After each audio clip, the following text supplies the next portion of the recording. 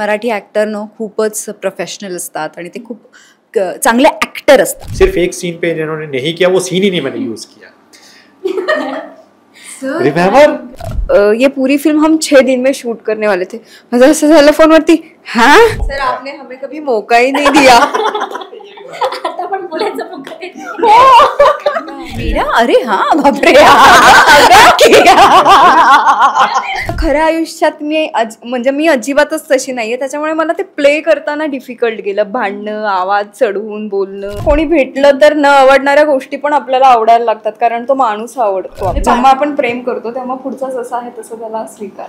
मी खूप साधी पोरगी आहे, मला खूप साधी आणि चांगली माणसं आवडतात. मला तू खूप आवडतेस, पण असं डिरेक्टर बरोबर खूप असं चिटकणं जास्त नाही का वाटत तुला? आत्ताचा मला कशावरतीच विश्वास नाहीये, ना रिलेशनशिप वरती, ना कुठल्या सगळ्या शिप आहेत कशावरतीच. बेटर हाफची लव्ह स्टोरी हा चित्रपट लवकरच प्रेक्षकांच्या भेटीला येतोय आणि या निमित्ताने माझ्यासोबत गोड गोड छान छान आणि सुपर टॅलेंटेड टीम आहे. सो सगळ्यात आधी महाराष्ट्र टाइम्स मध्ये खूप खूप स्वागत आहे. थँक्यू. सो कसे आहात? आम्ही मस्त. तू? मस्त मजेत. सो सगळ्यात आधी ट्रेलर पाहिला आणि कमेंट सुद्धा पाहिले, सगळ्यांचे खूप छान छान कमेंट्स आहेत.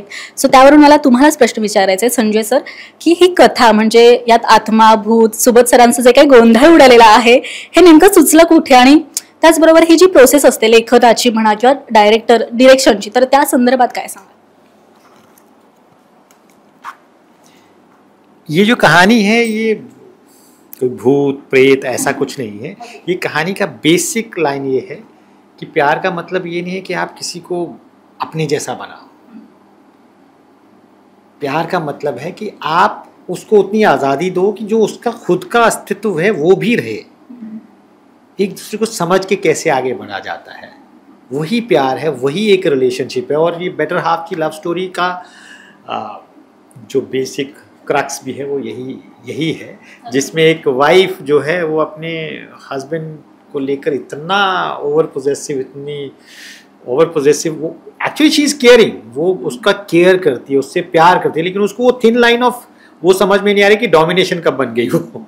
सो ये बड़ा खूबसूरत सा रिलेशन है जिसमें दोनों ही पार्टनर्स को समझना चाहिए. तो ये बेसिक जो हमारी लॉग लाइन है वो फिल्म की यही है.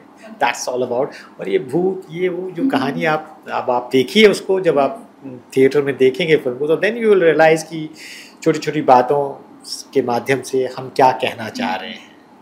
पण ही कन्सेप्ट कशी सुचली नेमकी? Because I am married.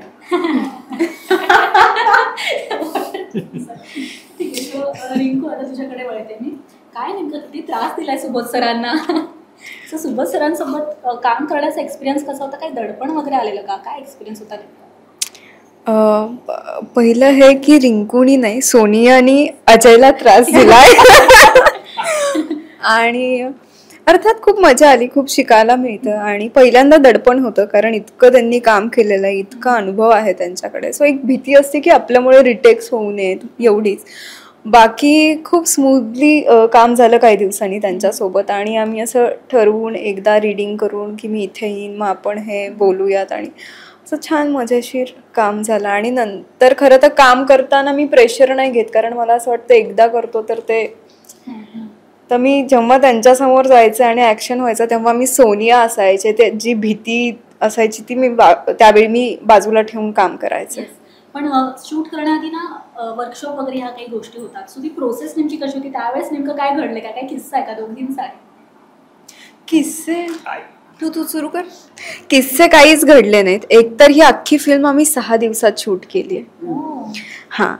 So सगळ्यात मोठं आमचं अट्रॅक्शन सगळ्यांचंच मे बी ते होतं की 6 दिवसात बघूयात की कसं शूट करतात. मे बी सुबोध सरांनी पण है ना, सगळ्यांना तेच एक मोठं अट्रॅक्शन होतं. आणि 6 दिवसात फिल्म शूट करताना कधी मजा करणार, कधी मस्ती करणार, सगळे फक्त आपापलं काम पटापट करायचं आणि जेवढा वेळ मिळेल तेवढ्यात गप्पा गोष्टी करायच्या. मला असं झालं 6 दिवसात, म्हणजे इट्स नॉट अ जोक. कसं काय, पण हे कसं काय घडलं? तेच इनफॅक्ट आम्हाला पण जाणून घ्यायचं होतं. सो जेव्हा सरांनी स्टोरी सांगितली, स्टोरी आवडली, पण असं वाटलं आता ही करणार कशी शूट. आणि सरांचं मुळात कौतुक की ते नॉन महाराष्ट्रीयन आहे, पण जेव्हा त्यांनी मला ही स्टोरी सांगितली ते म्हणाले की मला ही मराठीतच करायची. मी सांगितलं असं का सर, दुसऱ्याही कुठल्या लँग्वेजमध्ये होऊ शकते. सो ते म्हणाले नाही, कारण मराठी ॲक्टर खूपच प्रोफेशनल असतात आणि ते खूप चांगले ऍक्टर असतात. सो मुळात मला ही फिल्म 6 दिवसात शूट करायची, त्यामुळे माझ्याकडे तिथे तेवढा वेळ नसणार आहे. सो त्यांनी ऍक्टरचं काम जर करेक्ट केलं ना तर ते 6 दिवसात होईल असं त्यांनी पहिल्याच दिवशी नरेशनच्या वेळेलाच सांगितलं होतं मला. आणि त्यामुळे ते डोक्यात होतं की आपण आपलं काम करायचंय. त्यात समोर ऍक्टर्स तसे होते, रिंकू होती, सुबोध सर होते, अनिकेत होता. सो मी तिघांबरोबर काम केलेलं आहे ह्या आधी. सो मला तिघांचे स्वभाव आणि तिघांचं माहिती आहे. सो मला नाही आठवते आम्ही तिथे कुठे मजा मस्ती केली. आम्ही फक्त त्या 6 दिवसात काम करत होतो आणि कामातच लक्ष होतं. असं कुठेही मुळीच वेळ नव्हता आम्हाला की आम्ही गप्पाच मारतोय, कारण माझा नसायचा तर तिचा सीन असायचा, तिचा नसायचा तर सुबोध सरांचा असायचा. सो असं आम्ही सतत बिझीच होतो, त्यामुळे कामच केलंय फक्त. तुम्हाला विचारायचं की 6 दिवस म्हणजे नेमकी तयारी कशी केली बरं, एवढ्या लवकर सगळं शूटिंग वगैरे झालं? I did one smart thing. I got the good actors. That's the only smart thing. तो दूसरा ये था कि थोड़ा प्री प्रोडक्शन में I work on a multi camera setup, और मैं लकीली मैं थोड़ा ब्लेस्ड हूँ. मैंने बहुत अच्छे एक्टर्स के साथ काम किया. मैंने एक फिल्म करी थी जिसमें लेजेंड है वो दीप्ति नवल जी के साथ एक फिल्म करी थी. तो उनके साथ मैंने एक चीज़ सीखी थी कि एक्टर जो मैं उनके साथ शूट कर रहा था तो उन्होंने एक बड़ी खूबसूरत बात कि एक्टर जो पहला टेक देता है ना वो उसका प्योर होता है, फिर उसके बाद वो मैकेनिकल होता चला जाता है. वो चीज़ को मैं बहुत बिलीव करने लगा कि, और मैं आज ट्राई करता हूँ कि मैं वो उसको मेरी वजह से, मेरी टेक्निकल प्रॉब्लम्स की वजह से या मेरे कैमरा की वजह से या मेरी किसी उस वजह से मेरे एक्टर को कम से कम बॉदरेशन, बिकॉज वो तभी बेहतरीन देता है जब वो फर्स्ट फ्रेश होता है ना. It's a fresh take. जब आप फिर उसको मैकेनिकल करते जाओगे, आप 50 टेक ले लीजिए, फिर वो मैकेनिकलिटी दिख जाती है. सो आई ट्राई, और यही बेसिक जिसे मूल मंत्र कहिए यही बेसिक चीज़ थी हमारी इस पूरी शूटिंग के दौरान. वी वर ट्राइंग कि हम टेक्निकल रीजन्स की वजह से अपने टेक ना लें. कोई और रीज़न हो सकता है कि भाई मुझे अलग, लेकिन टेक्निकल रीज़न से हमने टेक नहीं. और यूजली सारे एक्टर पार एक्सलेंस के 1 टेक ओके वाले. और अगर आप जब फिल्म भी देखोगे थिएटर में तो यू विल फाइंड कि वो जो क्लासिक लॉन्ग शॉट्स होते थे, मूवमेंट शॉट्स, हमने वो यूज़ किए हैं. 1 टेक में एक्टर चल रहा है, जिप चल रही है, टेक्निकल 1 टेक में, दूसरा टेक कट ही नहीं लगा रहे बीच में. तो आई यूज़ दैट वन, और वो तभी हो पाया because the actors were very disciplined and they were to the point. सब एक्टर्स टू द पॉइंट. आप ये नहीं कह सकते कि किसी को ये, और एक और टाइम बचने की बात जो होती, कोई सवाल नहीं करता था. Everybody trusted me, that's the beautiful thing. कोई सवाल नहीं, बस कौन सा सीन है सर, ये सीन है, और मैं उनको बता रहा हूँ कि सर ये हुआ, ऐसा है. 5 मिनट्स हमेशा ऐसे 5 मिनट रीड किया, एक रिहर्सल किया, चलो. कोई सवाल नहीं कि ये कहाँ आना है, क्यों आना है, क्या रीजंस हैं, because he trusted blindly. That's व्हाई इट हैपेंड. सेम हैपेंड विद द रिंकू ऑल्सो. सिर्फ एक सीन पे जिन्होंने नहीं किया वो सीन ही नहीं मैंने यूज किया. रिमेंबर दैट ऑफ क्रिश वाला कॉस्ट्यूम. तो शी वाज सेइंग मैं मुझे समझ नहीं आ रहा है क्यों मैं पहन रही हूँ. So that was a very fun type of the thing. तो फिर मैंने वो यूज ही नहीं किया, मैंने उसको अलग तरीके से यूज किया बिकॉज वो मुझे लगा कि अभी ये, और मैं शायद इनको कन्विंस नहीं कर पाया. कन्विंस नहीं कर पाया एक्चुअली. शी वाज नॉट, कुछ समझ नहीं आ रहा था, मुझे भी समझ नहीं आ रहा था कि मैं क्या बोलूं. बट प्रार्थना के साथ ये होता था कि सीन क्यों है, कैसा है, इसका बेसिक. अच्छा, प्रार्थना को प्री टेक्स्ट भी चाहिए होता है. ये रिंकू को पता नहीं कि पीछे क्या हुआ, आगे क्यों हो रहा है. नाही, कारण काय व्हायचं ना, 6 दिवसात शूट करतो. 6 दिवसात शूट करतोय म्हटल्यावर ना आम्हाला माहिती नसायचं की काय सीन घडलेत, कुठले सीन काय झालेत. तर त्यामुळे तो सीन आल्यावर असं असायचं, मग सर हा सीन तो आधीचा सीन होता तो नाहीये, हा वेगळा आहे. मग ह्याच्यात ते तसं कन्फ्युजन व्हायचं. आणि अदरवाईज पण खूप गोष्टी पटपट घडल्यामुळे न कळायच्या नाही. पण मग सर अशा वेळेला एकदा रिहर्सल करून दाखवायचे. ते म्हणायचे मी तुम्हाला रिहर्सलमध्ये मला दाखवा काय करणार आहात तुम्ही. आणि त्यांनी आम्हाला सांगितलं होतं की तुम्ही तुमच्या पद्धतीने सांगा काय. 4 कॅमेरा सेटअप्स होते, मग ते त्यांच्या पद्धतीने कॅमेराज लावायचे आणि ते म्हणायचे आता तुम्ही तुमच्या पद्धतीने तो सीन करा, तुम्हाला कसं वाटतोय. सो आम्ही एकदा रिहर्सलमध्ये ठरवायचो हे असं करायचं आणि मग आम्ही एकच टेक द्यायचो आणि मग तो टेक ओके असायचा, कारण 4 कॅमेराज लावलेत म्हटल्यावर सगळ्या कॅमेऱ्यात. म्हणजे असं नव्हतं की ह्याचा क्लोज असला पाहिजे तर बघ मग स्पेशल त्याचा वेगळा क्लोज, अनलेस अगदीच खूप गरज आहे त्या सीनमध्ये तरच तिथे क्लोज लागलाय, अदरवाईज तेव्हा जसं शूट झालंय ते शूट असायचं. सो त्यामुळे ना कधीतरी कन्फ्युज व्हायचं की मग ते सर ते केलं होतं ते काय होतं, मग आता मी परत का आलीये पोलीस स्टेशनमध्ये, फर्स्ट टाइम मी येऊन गेले ना, मग ते काय होतं असं कधी खूप वेळेला कन्फ्युजन व्हायचं. आणि विचार कर, एक दिवसात पहिल्या दिवशी आम्ही 23 सीन केले होते. सो मग होणार ना. It's hard for to whole team में अकेले ये आदमी नहीं कर सकता. You want everybody on the toes, और ये पूरी टीम होती है right from the producer also. So I am blessed कि इस पूरे प्रोजेक्ट में ना द टीम, एक्टर्स, इवन छोटे छोटे कैरेक्टर्स करने वाले लोग, वो भी they did their best. That's I am blessed to have that such a thing. So ही कास्टिंग कशी जुळून आली आणि तुम्ही लगेचच होकार दिला की कसं, म्हणजे मॅनेज कसं झालं सगळं? माझ्या बरोबर असं झालं की मी एकदा मला फोन आला आणि सरांकडे माझा नंबर होता आणि त्यांनी पर्सनली मैंने इनकी सेक्रेटरी को नहीं, किसी को नहीं, मैंने किसी से नंबर लिया डायरेक्ट, एंड शी रिस्पॉन्डेड सो वेल ना. शी सेड कि मैंने कहा मैं सॉरी, मैं पहले तो मैंने आपकी एजेंसी सेक्रेटरी को नहीं, मैं आपको डायरेक्ट कर रहा हूँ. एंड शी रिस्पॉन्डेड सो वेल, शी सेड कि सर मुझे भी बहुत अच्छा लगा ये कि किसी ने मुझे डायरेक्ट फोन किया है. Remember you told that one. नाही, कारण हा काय होतं ना, लोकांना थ्रू आल्यावर मग असं होतं की मग त्यांनाच बोलू, मग कधीतरी ना मिसअंडरस्टँडिंग पण होतात की ते करायचंय नाही करायचंय. सो त्यांनी डायरेक्टली मला कॉल केला. मे बी हे जर माझ्या मॅनेजर थ्रू आलं असतं तर मी ते टाळलं असतं का, नंतर भेटले असते का माहिती नाही, झालं पण असतं नसतं झालं. पण त्यांनी अप्रोच डिरेक्ट केल्यामुळे, आणि पहिलं ते म्हणाले मला भेटायचंय, मी माझ्या मॅनेजरला घेऊन आम्ही भेटलो आणि त्यांनी जेव्हा नरेशन दिलं तर ते आवडलं. आणि जेव्हा ते म्हणाले ना 6 दिवसात शूट करायचं, तेव्हा आधी तर पहिले हे झालं की अरे हे कसं शक्य आहे. आणि शपथ करून सांगते की मी ही फिल्म करायच्या मागचं रिझन हेच होतं की मला बघायचं होतं की सर म्हणजे आपण काय करणार आहोत, कशा पद्धतीने हे शूट होईल. कारण जिथे 30-30, 35-35 दिवस पण कमी पडतात एका फिल्मला, तिथे ही जर फिल्म 6 दिवसात शूट करणार असतील तर ते डिरेक्टरचं विजन काय असेल. सो ह्या गोष्टीवर मी त्यांना हो म्हणाले आणि त्यांना मला, आणि अगेन मी जसं म्हणाले मराठी फिल्म त्यांना करायची होती, नॉन महाराष्ट्रीयन असूनही. सो ही गोष्ट आवडली आणि म्हणून हो म्हटल्यावर मग त्यांचा फोन नाही आला. मग ते होणार होतं. मग एक दिवस अचानक त्यांनी 6-7 महिन्यानंतर फोन केला की होणार आहे ना ती फिल्म, तुझे डेट्स आहेत ना. म्हणलं सर तुम्ही आधी काय सगळं करा मग मला सांगा.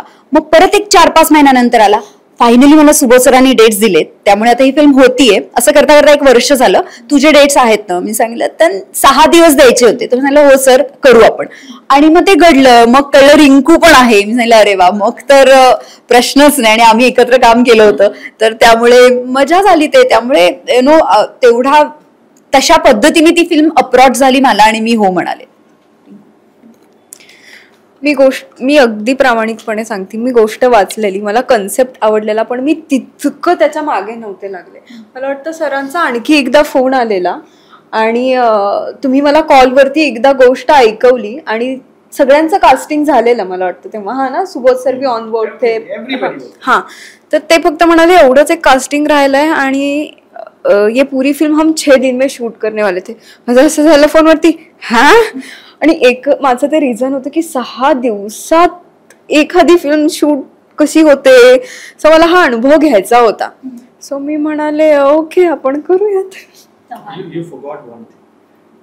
एक लाइन थी, सर अगर 6 से ज्यादा हुआ तो this was first, और उसके बाद pause, so I laughed and मैंने कहा trust me, I won't take the 7th day. हा, कारण कसं करणार ना 6 दिवसात अख्खी फिल्म शूट. आणि असं पण नाही की आपण एकाच लोकेशन वरती करतोय किंवा एका घरात करतोय. ऑफिस आहे, घर आहे, रस्ता आहे, पोलीस स्टेशन आहे, खूप साऱ्या गोष्टी आहेत. सो हा साहजिक आहे प्रश्न पडणं की सर 6 दिवस. कमी दिवसाचं दडपण वगैरे होतं का, आणि त्याचा गोंधळ वगैरे झाला? हो ऑफकोर्स, गोंधळ नाही झाला, दडपण होतं. दडपण खूप होतं. आणि जसं मी म्हणाले पहिल्याच दिवशी 26 सीन होते, तर दडपण होतं की कसं करायचं. त्यामुळे आम्ही मजा मस्ती करायला वेळ नव्हता आम्हाला. दडपण पण होतं. आणि मला वाटतं आपलं लुक टेस्ट वगैरे काहीही जे सर आता म्हणाले ना की क्रिशचा काहीतरी ड्रेस घालायला मी नाही म्हणाले, कारण आमचे लुक टेस्ट झालेले नव्हते. सो फक्त आम्हाला माहिती होतं की हा असा लुक असणार आहे. आणि त्या सीनच्या वेळी सगळे डिरेक्ट आली आणि तुला क्रिशचा लुक करायचा. सो मैं कम्फर्टेबल नहीं थी उस टाइम. ते म्हटलं सर मी याच्यामध्ये comfort. That was a good thing. एक होता ना कि we were doing it in a very we were doing for each other. कोई एक कंफर्ट जोन होता है, तो मतलब पूरा मेरे ख्याल से तब हम ऑलमोस्ट शूटिंग खत्म कर रहे थे. जिससे कि अच्छा पीछे कोई सवाल नहीं इसका. आले सगळे की तुला क्रिस तू का घालायचा आहे, वो कॉमेडी अच्छा लगे म्हणजे नाही comfortable me. And then we did that scene. वो तो खैर एक एडिशनल वो पार्ट था, वो मेरे एक सॉन्ग में मैं I just wanted to वो एडिशनल पार्ट था. So when she was not coming, चलो दफा करो उसको, नहीं करते और क्या है. एडिशनल था सर, वरना लोगों को लगेगा मैं ना बोलती. नहीं वो एडिशनल था. वो स्क्रिप्ट से बाहर था. स्क्रिप्ट खत्म हो चुकी थी, उसके बाहर था वो. उसके बाहर ऐसे ही मूड में आ गए कि चलो यार कुछ अतरंगी सा करते हैं. बट शी वाज नॉट कंफर्टेबल. 2 बार मुझसे नहीं हो रहा है कि चलो लीव दफा करो. दैट इज सो फास्ट करता असं कधी खूपच रिटेक झाले कोणाचे तुमच्या चौघांमध्ये? हाँ, सवाल ही पैदा नहीं होता. रीटेक का तो सवाल ही नहीं. रीटेक कहाँ था, फुटेज ही नहीं है इतनी. तो एडिटर बोलता मेरे पास एडिटेड फिल्म लाए हो क्या. म्हणजे तेवढा वेळच नव्हता. एकदा आम्ही रिहर्सल करायचो आणि नंतर एक टेक असायचा. एक टेक नंतर कधीतरी असं व्हायचं, आमचं असं व्हायचं ऍक्टर म्हणून की सर अजून एक करूया का, थोडं बेटर करू शकतो आम्ही. तर सर म्हणायचे नाही मेरे को मिल गया है. तो मैं समझे हाँ सर, लेकिन फिर भी वो थोड़ा सा कुछ हम और ज्यादा ये कर सकते हैं ऐसा, इसको और बेटर. नहीं आप टेंशन मत लो. बोला लेकिन सर इसमें वो थोड़ा सा क्लोज में और जाएंगे. नहीं वो मैं देख लूंगा ना एडिट पे, वो हो जाएगा, आप टेंशन मत लो, आप फिल्म एडिट पे देखो. तर मग आम्हाला, कारण ते तेवढे कॉन्फिडेंट होते त्यांच्या कामात. सो मग आम्ही सांगितलं ओके. यही मजा होता है ना कि when you have a close also, you have a wide also. और luckily unlucky I was a cinematographer of the film also. तो वो मेरी टीम जो थी वो सब पहले रेडी थे हम लोग कि कैसे क्या कर सकते हैं. हाँ, इनका एक चीज़ है, ये अच्छी बात भी है which I learn from her, कि हमेशा एक टेक देने के बाद ना दूसरे टेक के लिए इनके पास कुछ ना कुछ होता था. रिमेम्बर, कुछ ना कुछ होता था. सो पहला दिन तो मैंने थोड़ा सा ऐसा किया, नहीं सेकेंड डे रियलाइज कि नहीं ये कुछ और. तो फिर हम लोगों ने इनके साथ थोडे हुए एक दो चार सीन्स में. मला असं वाटायचं की बेटर हो सकता है, कारण असं वाटायचं सर करू शकतो ना आपण एकदा. आणि असं असतं ना, कारण मी नाटकाच्या बॅकग्राऊंड मधनं नाही आले, सो त्यामुळे मला खूप जास्त रिहर्सलची सवय नाहीये. मी करते, पण तरी पण असं वाटतं ना की आधीपासून आम्ही खूप केलं असेल काम एकत्र, तर माहितीये पहिल्यांदाच सरांबरोबर पण काम करत होतो, तर त्यामुळे त्यांची पद्धत अजून कळली नव्हती. आणि असं व्हायचं पहिल्याच दिवशी तर झाला संपला शॉट, मेरे खत्म, इतना बड़ा सीन खत्म हो गया इतने में. तर ते म्हणायचे हो मग सर वापिस एक करते ना और थोड़ा बेटर कर सकते हैं, असं व्हायचं थोडंसं. इनके साथ करते थे हम लोग, 1-2 बार किया हमने जहाँ कुछ और हो सकता था. मग असं वाटायचं. नंतर जेव्हा कळायला लागला त्या 4-5व्या दिवशी पर्यंत आम्ही तेवढे कम्फर्ट झालो होतो आमच्या कॅरेक्टरला घेऊन पण, की मग असं म्हणायचं की सर इधर मैं थोड़ा सा और इस तरह कैसे करती हूँ तो थोड़ा बेटर लगेगा. मग ते पण म्हणायचे हाँ ठीक है. इनके मेरे पास कहीं वर्जन मिल रहे हैं. मैंने कहा वो सर आपने हमें कभी मौका ही नहीं दिया. आता पण बोलायचं मौका देत यही बात है. सॉरी कुठे नाही, मागे चुकी राहू दे. सॉरी हे घे बोल. नाही करायचं आहे. नाही मला काही नाही करायचं. मला एवढंच म्हणायचं होतं की फिल्म ही शूट करताना आम्ही सगळेच डिरेक्टर्स ऍक्टर होतो. म्हणजे कधीही आम्ही मॉनिटर जाऊन बघितलं नाही की आम्ही कसे दिसतोय, आम्ही काय केलंय. कारण ते इतके पटापट शूट करायचं की ते जेवढं सांगतायत तेवढं आम्ही 3-4 करायचो आणि बाजूला व्हायचो. त्याच्यामुळे जे काही झालंय, जे काही घडलंय, जे काय दिसतंय सगळं क्रेडिट सरांना. सो लव्ह स्टोरी म्हटलं ना त्यामध्ये इमोशनल सीन येतो, रोमॅन्टिक सीन येतो. सो ते करताना जास्त चॅलेंजिंग काय होतं, होते का सीन असे ऑब्व्हियसली असं लव्ह स्टोरी म्हटल्यावरती? हो, माझ्या कॅरेक्टरला तसे खूप वेगवेगळे शेड्स होते. म्हणजे तिचं प्रेम आहे त्या व्यक्तीवर, पण तो व्यक्ती मॅरिड आहे, ती त्याची बॉस आहे, त्यामुळे तिला त्याच्यावर बॉसीगिरी पण करायची, पण ती करू शकत नाही कारण प्रेम आहे त्या माणसावर. त्यात he is going through some bad phase in his life. मग अशा वेळेला ती कसं सांभाळते त्याला, अशी खूप सगळ्या गोष्टी होत्या त्याच्यात. पण अगेन जसं मी म्हणाले तसं सरांनी जेव्हा मला अप्रोच केलं तेव्हा त्यांनीच मला सांगितलं, मीच त्यांना विचारलं की सर तुम्हाला मी कुठच्या कॅरेक्टरमध्ये दिसतीये, तर ते म्हणाले मैंने आपका मितवा देखा है, तर मला असं वाटतं तुम्ही हे कॅरेक्टर जास्त छान कराल. सो मी सांगितलं ओके. वो डायमेंशनली बहुत अलग था end she pulled it of very beautifully. वो क्योंकि it's a very thin line कि एक boss okay she has concern not a love. She is not a home breaker. ये मतलब ये तो वो होम ब्रेकर नहीं है. शी नोज कि he is a married and उनकी वाइफ उसको बहुत प्यार करती है. She is not a home breaker. She has a concern. But when he is a broke, when he is उसकी लाइफ जब then how she comes with that emotion. तो ये बड़ा जिसे कहते हैं कि ये डिफिकल्ट होता है ये जब आपके डायमेंशंस अलग अलग होते हैं कैरेक्टर में. तो मुझे लगता है इनका कैरेक्टर सबसे मज़ेदार था बिकॉज इनके पास बड़ी शेड्स थी. रिंकू के पास तो Khelo, brightly come and brightly make everybody happy on that one. So इनका बहुत मुश्किल था. और जो आप देखो तो फिल्म में भी आपको वो ग्राफ दिखेगा कि वो ग्राफ दिखेगा. She has concern, she how she falls and how, तो वो दिखेगा. तो वो पूरी कहानी का जैसे सूत्रधार है ना, वो इनका कैरेक्टर था वैसे टेक्निकली. मेरा नहीं नहीं आपकी आपका मेरा. अरे हाँ बापरे. मला वाटलं तुझ्या नाही मला आणखीन सुबोध सरांचं पण कौतुक करावंच वाटतं की त्यांचं पण कॅरेक्टर खूप कमाल आहे. म्हणजे तू ह्याच्यातच कळत असेल एका बॉडीत राहून तुम्ही दोन्ही कॅरेक्टर्स करायचे परफॉर्म आणि अर्धी बॉडी तुम्ही मेल आहात, अर्ध्या बॉडी तुम्ही फिमेल आहात आणि दोन्ही इमोशन्स आणायचे आणि करायचं. त्यांनी तर कमाल केलंय. मी खूप मिस केले ते सगळे सीन्स. काही म्हणजे ज्या सीन मध्ये मी होते ते बघितले, पण जे सीन नाही बघितले ते आता मी जेव्हा टीजर मध्ये बघतीये, ट्रेलर मध्ये, तेव्हा मला कळतं अरे बापरे किती मस्त आहे. तो अजून मी फिल्म बघितली नाहीये. मी लवकरच आता पटकन पहिले प्रमोशन सगळं संपल्यावर फिल्म बघणार आहे. तर या एक्सायटेड आहे ऑफकोर्स. म्हणजे मला असं वाटतं जेवढे ऑडियन्स एक्सायटेड तेवढे आम्ही पण आहोत की काय रिस्पॉन्स मिळतोय आता अशा पद्धतीच्या एक्सपेरिमेंटल फिल्मला. इमोशनल त्याचबरोबर रोमॅन्टिक सीन याबद्दल मग काय चॅलेंजिंग होतं किंवा नेमकं? माझे रोमॅन्टिक सीन नाही आहेत. माझे मोनताज आहे खरं तर. ते कॅरेक्टरच इतकं इमॅच्युअर आणि खूप अतिप्रेम करणारं, नवऱ्याविषयी खूप पॉझेसिव्ह असं आहे.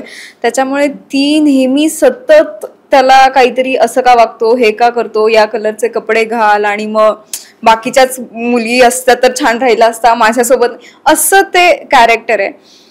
पण खऱ्या आयुष्यात मी अजिबातच तशी नाहीये. त्याच्यामुळे मला ते प्ले करताना डिफिकल्ट गेलं. भांडणं, आवाज चढवून बोलणं, सरकाझम मध्ये सतत त्याला टोचून बोलणं, पण मजा आली. काहीतरी वेगळं होतं आणि मस्त मजा केली मी. तुला स्वतःला बेटर हाफ म्हणजे नेमकं कशी व्यक्ती असावी तुला काय वाटतं स्वतः? नाही माहिती. उत्तरच नाही. तू काय नाही म्हणजे आपण प्रश्न विचारताय तुझा बेटर हाफ कसा असेल, काय तू ठरवलंय. सो त्यामुळे पण आपण ते एका व्याख्येत असं आपण नाही सांगू शकत ना, एका व्याख्येत की असं हेच असायला पाहिजे, किंवा ते नाही कळत ना. कोणी भेटलं तर न आवडणाऱ्या गोष्टी पण आपल्याला आवडायला लागतात, कारण तो माणूस आवडतो. पांढऱ्या घोड्यावर पांढरे कपडे घालून असं काही वाटतं का? मला अजिबात असं काही मला अजिबात असं काही वाटत नाही. मी खूप साधी पोरगी आहे. मला खूप साधी आणि चांगली माणसं आवडतात. पण असा विचार कधी काय मी नाही, मला माहिती. मी का आता विचार करून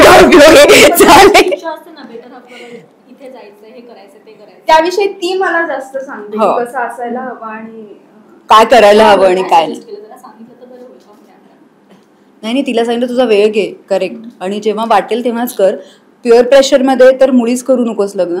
अजून छान करिअर चाललंय आणि करिअर टॉपवर आहे, मग आता कसं लग्न करू असा पण विचार करू नको. जर आवडलाय कोणी तर बिंदास करून टाक, काही नाही, पण फक्त तो व्यक्ती आवडला पाहिजे, तो करेक्ट व्यक्ती असेल तरच कर, घाई करू नकोस, असं मी नेहमी तिला सांगते. अजिबात नाही. करेक्ट. आणि मी पण माझ्या करिअरमध्ये तसंच केलं. करिअर पीकवर असून पण मला वाटलं तेव्हा मी केलं लग्न. सो आय थिंक मी पण तिला तेच सांगितलं, सजेस्ट केलं.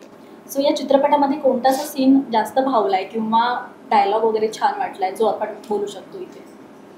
आपलं बाळ आपल्याला आवडतंच. त्याच्यामुळे मला असं वाटतं फिल्म बघितल्यावरती तुम्ही नंतर आम्हाला सांगा की तुम्हाला सगळ्यात जास्त काय आवडलं आणि कुठे मजा आली. तू काय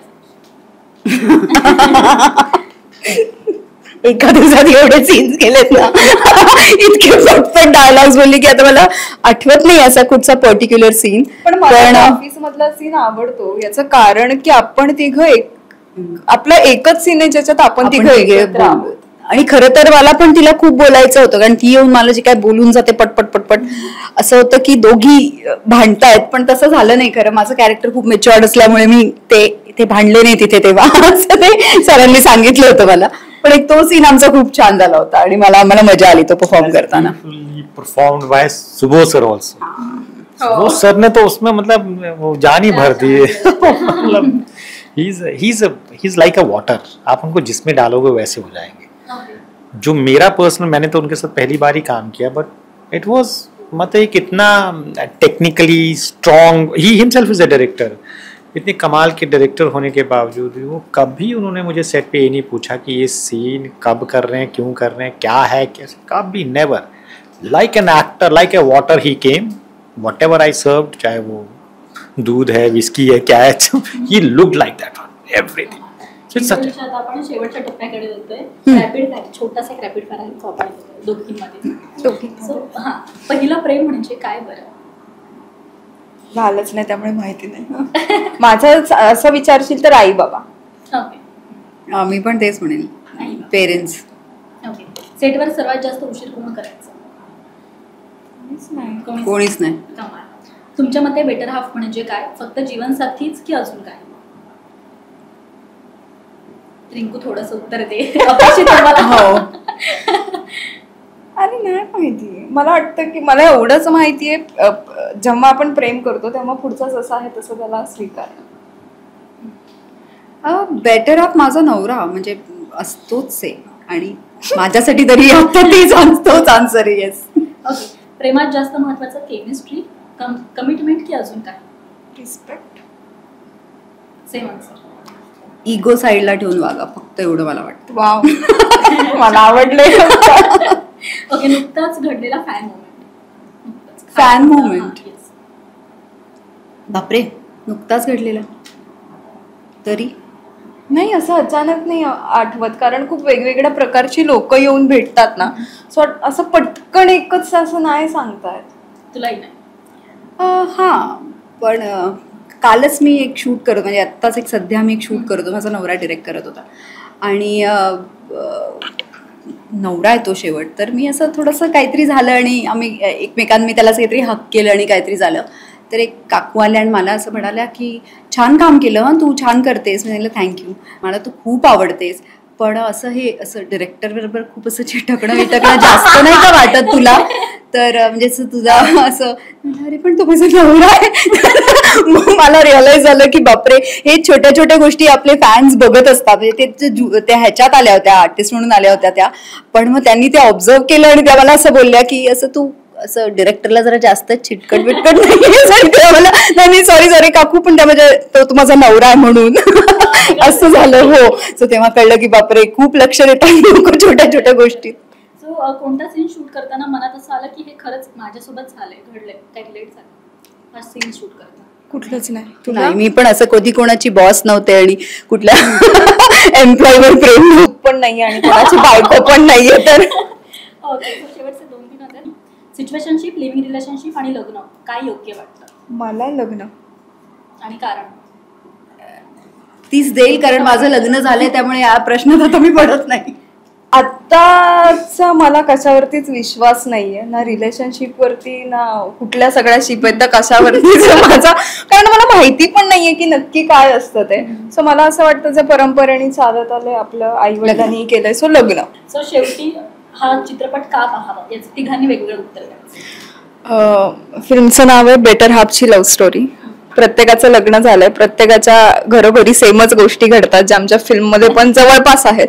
सो मला वाटतं की खूप मजेशीर, खूप हसवणारी फिल्म आहे तुम्हाला, आणि त्यातूनही बऱ्याच गोष्टी सांगणारी पण फिल्म आहे. तर आपल्या बेटर हाफ सोबत जाऊन ही फिल्म नक्की बघा, मजा येईल. मम्मा. आणि सगळ्या फिल्मची काहीतरी USP असते. जेव्हा मला असं विचाराल या फिल्मची USP काय, तर मी असं म्हणेन 6 दिवसात फिल्म झालीये. सो ती फिल्म कशी झालीये, कशी घडली आणि ती कितपत आपण म्हणतो ना ती मजा येणार आहे तुम्हाला. हे जर तुम्हाला बघायचं असेल तर तुम्ही हा सिनेमा तुम्ही थिएटरमध्ये जाऊनच बघितला पाहिजे असं मला वाटतं. सो फिल्म थिएटरमध्ये जाऊन बघा नक्की. बेटर हाफची love story, watch it to understand, to feel that warm feelings जो एक कपल के बीच में हो सकती हैं, जो रिलेशनशिप की खूबसूरती है उसको समझने के लिए, उसको फील करने के लिए इसको जरूर देखिए. Thank you. Thank you so much. Thank you so much. Thank you. Thank you.